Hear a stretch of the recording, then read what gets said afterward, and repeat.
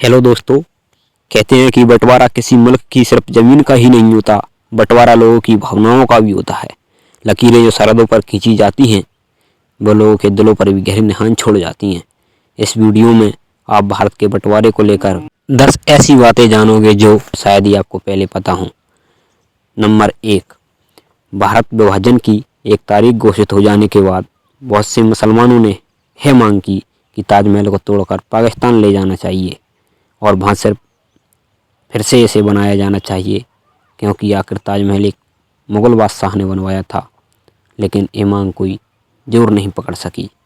वहीं सेकंड बात, कुछ साधु कह रहे थे कि किसी हाल में सिंधु नदी पाकिस्तान में नहीं जानी चाहिए, क्योंकि सिंधु के बिना भला हिंद कैसे हो सकता है। भारत की संस्कृति सिंधु, गंगा और सरस्वती नदी के किनारे फली फूली है।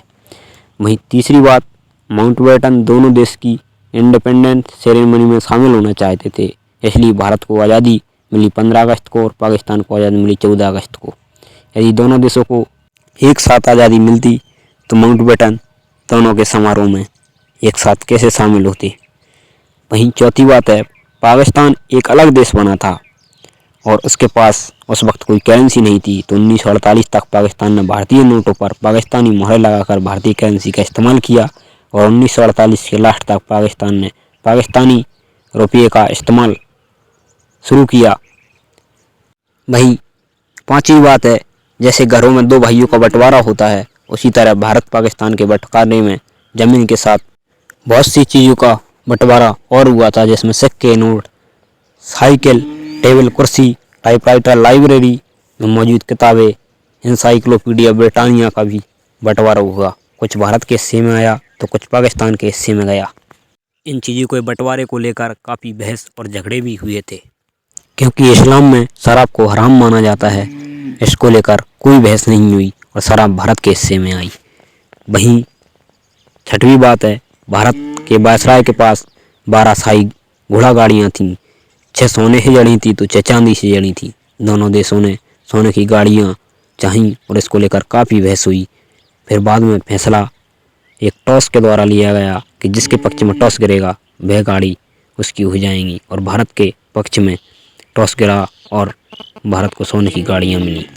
नंबर 7वीं बात, पाकिस्तान की पहले राजधानी कराची थी, फिर आज़ादी के 20 साल बाद 14 अगस्त 1967 को इस्लामाबाद को पाकिस्तान की राजधानी बनाया गया।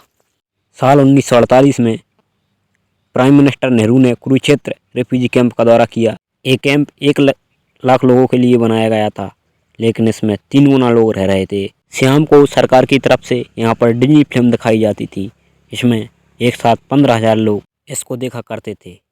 नंबर 9, 14 अगस्त 1947 को देश को आज़ादी मिलने में कुछ ही घंटे बाकी थे और देश में हिंदू मुस्लिम सिखों का कत्लेआम हो रहा था। तब माउंटबेटन के बारे में कहा जाता है कि वह अपनी पत्नी के साथ बॉब हॉप की मूवी माय फेवरेट ब्रूनेट देख रहा था।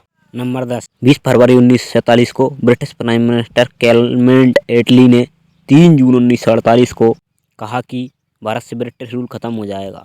1947 के लास्ट तक भारत में हिंदू मुस्लिम दंगे शिखर पर थे। तब गांधी जी ने 3 मार्च 1947 कहा कि बंटवारा उनकी लाश पे से होकर होगा।